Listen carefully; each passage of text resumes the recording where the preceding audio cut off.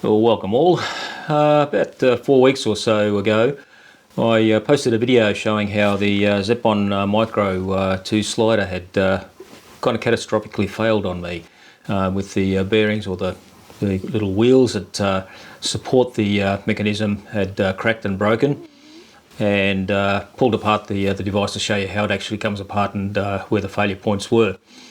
In the intervening time, I've been in contact with Zeapon, but unfortunately we sort of can't come to a bit of an agreement with the postage for basically a few parts that cost a small amount of dollars. They want $40 for postage, and I don't really agree with that, because it's just crazy to pay that sort of money when I've been buying from China for decades now, and not ever having to have paid that sort of money for postage of a package that is actually smaller and lighter than that. That little package now contains all the wheels, the plastic wheels, the bearings that go along with it, plus a few other components that I took out from the support mount in there, because I've now fixed the problem, and it's probably going to be a permanent fix. So I said I had an idea what I was going to try out and see if it works, and today I finally completed it. It basically only took me about half an hour to do in my shed, not using any specific tools, etc., other than a jigsaw and a linishing machine. So it's something that pretty much anyone can do. And after I completed it, it just beggars belief that Zeapon didn't produce something similar to that, or at least use materials that I use that are far stronger and longer lasting than what they actually use, which is a fairly fragile, brittle sort of plastic. What I did was I bought a sheet of ultra high molecular weight polyethylene.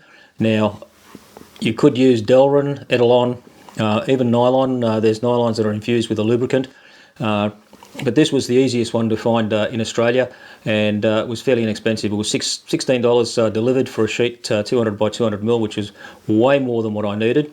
But I had no idea exactly how often I'd botch the production, so I basically bought a larger sheet than what I actually needed.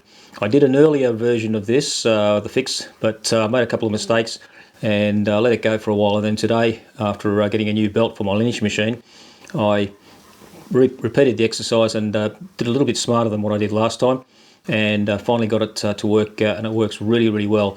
As I said, I'm not sure why Zeapon didn't use a material like this. Didn't necessarily have to follow the procedure that I've done, and I'll show you an overhead video. I'll partly break down the slider to show you how I actually put the thing together. So if you're wanting to do it, it's pretty easy to do.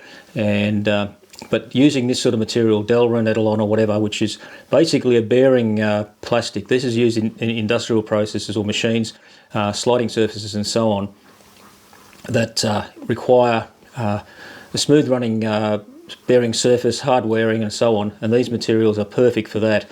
And this will outlast the slider. It'll probably end up doing more wear on the aluminium rails in a very long period of time than it will wear out.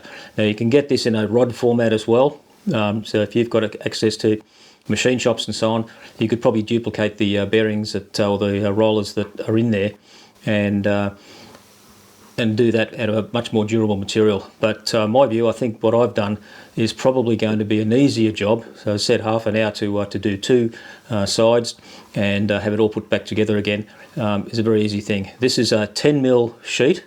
That's what you need, is 10 mil, and the bits that fit in there I measured out to being 15.6 mil thickness. That was just simply cut off from there, cut to size, 80 mil long each side, and then 4 holes drilled into it.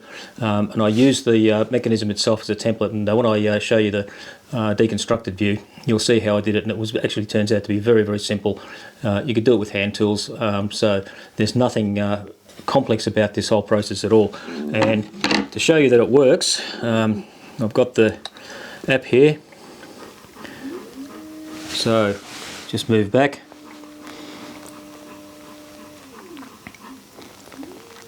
So previously it was unusable. It would just basically clunk and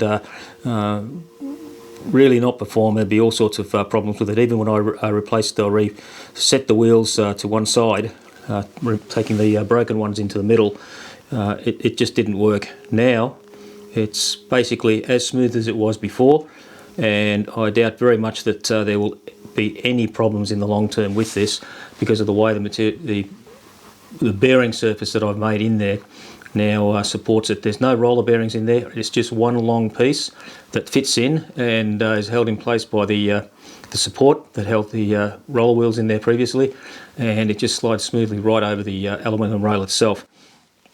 So I won't bear much longer on this. It's disappointing that a simple engineering issue like that has sort of been overlooked, not been properly tested, and after doing quite a bit of searching for spare parts, I actually came across a couple of comments. One was in Amazon where somebody had bought the slider and the wheels were already broken basically out of the box. So there's clearly an issue with that, and a fix like that would have been so easy in the design concept. In fact, I'm surprised that it was even designed that way with those materials. When you're putting a load-bearing device like this and claiming a fairly high load rating, which it can support, you don't put weak components in the most sensitive area that exists on this particular slider, and that is when the slider goes to the far ends of the movement. There's a lot of weight going and a lot of pressure on those little wheels in there, and invariably they shatter because of that weight. So what I've done now, no problems at all. You probably put even more weight on there than what is recommended, but I'll keep to what I've got here, and I think that'll be a very good thing. So if anybody has got the Zeapon Micro slider and they experience problems with it, this is a very easy and cheap fix, and you'll be good to go once you've done it. So whether you do it yourself or you get somebody else to make up the parts for it, it's very easy to do. It doesn't take any time at all, and hopefully you'll be able to be as successful as I am with the product itself. So on that note, I'll call it cheers, and I'll pass on to the overhead video just showing the breakdown and letting you see how I've actually applied the polyethylene material as a bearing surface for this slider itself. So I'll call it cheers now. Okay, I'll just do a very minor breakdown of the slider with taking off one cover on the side, and this will apply to both. Since I already did the breakdown demonstration in the earlier video, I don't need to go through the whole process again because it's pretty much the same as before. But once you've pulled everything apart and taken the wheels and things off, it's quite easy to then start looking at doing the other bits and pieces. So I'll just take off the cover, and I think you should be able to see it. My hound dog is now panting next to me, wanting to come up on the couch. Wasn't interested previously.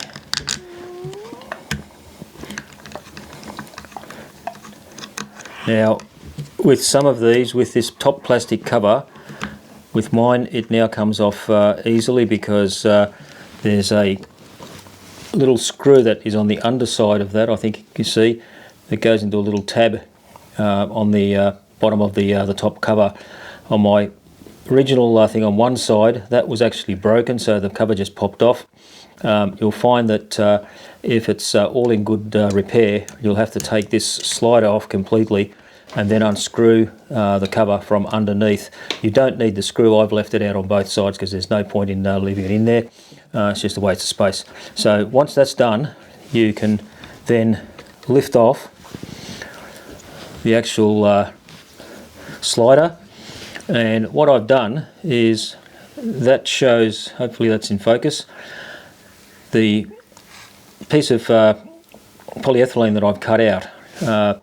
What I did to get the holes properly aligned is I reversed that holding plate and used the screw holes to screw it down, and then after I'd cut the particular polyethylene to the right size, which is about 15.6 mil across and 80 mil lengthwise, I slid it underneath, and when you screw it down fairly hard, you can then actually, it'll stay in place. You can use a hand drill to do little spot holes underneath before you actually drill them out without being in there. So what you need is a drill that is doesn't fit in the main hole, but goes through the bottom one. There's a threaded part in there which holds screws. You don't need to put the screws back in there once you've taken the wheels off. It just sits in there fairly firmly. But if it doesn't sit in there firmly, you can put the screws in if you want. So once you've got the little pilot holes done, take it out and then just drill the holes properly. Make them the same size as the little ferrules or holders, marking things that are coming out of the plate itself, and then you just should be able to push it back in. Now, I'll make one note: when you're cutting this material, use the coarsest saw that you can get, and when you're sanding it, use the coarsest sandpaper that you can get. You find it very difficult to cut with a fine-tooth blade. You really do need a very coarse blade to do an easy cut on it. It's a little bit like, I suppose, cutting wood or something like that, and that's the sort of jigsaw blade that I used with this, was a wood blade, which is a very coarse blade. So the thing just sits in there. It's held in by its own friction.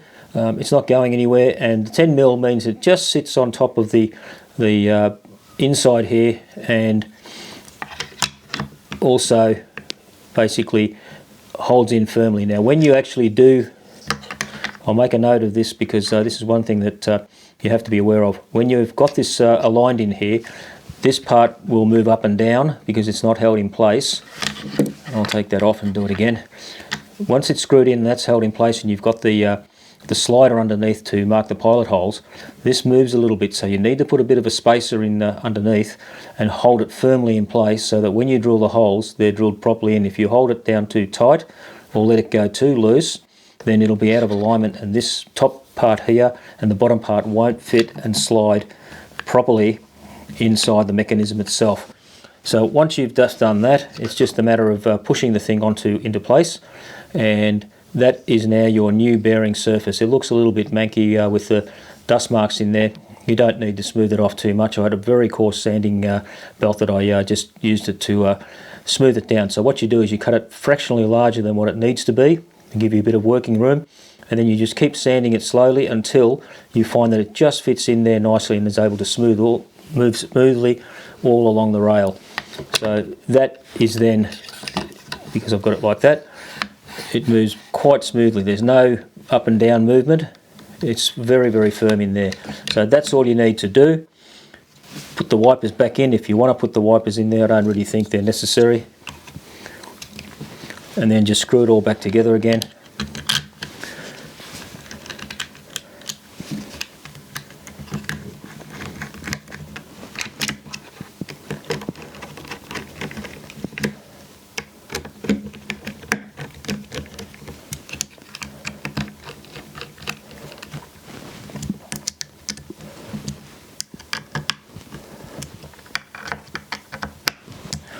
And it's as simple as that, and you've now got yourself a once again functional Zeapon Micro 2 slider, and I don't think you'll have any troubles at all once you've done that. Now I'll just make a note, I didn't do the inside ones. If they end up having the wheels ever broken, all I'll do is I'll repeat exactly what I did there to the inner side, and it's exactly the same sort of exercise. There's nothing very difficult about it. But when I pulled it apart, I noted that all the wheels in there were quite okay, and so I've just left it as it is. I just didn't want to go to the extra effort of ripping apart things that weren't broken. And if a wheel does break, I've got a bag of spares now from the outside one that I've used, so I don't have to go through the exercise of putting in the slider in there if I don't want to. So hopefully that's of some use to people who have got a Zeapon Micro slider and find that, that the wheels have broken. If you've got it clunking in the slider or unsmooth movement, good chance is that you'll have broken wheels in there, and this is the best way to fix it. Forget paying lots of dollars for a few spare plastic wheels from Zeapon. Go out and find a piece of material like I've suggested, and make your own repair, and you'll have to worry about it again. So hopefully that's going to be of help to somebody. Cheers.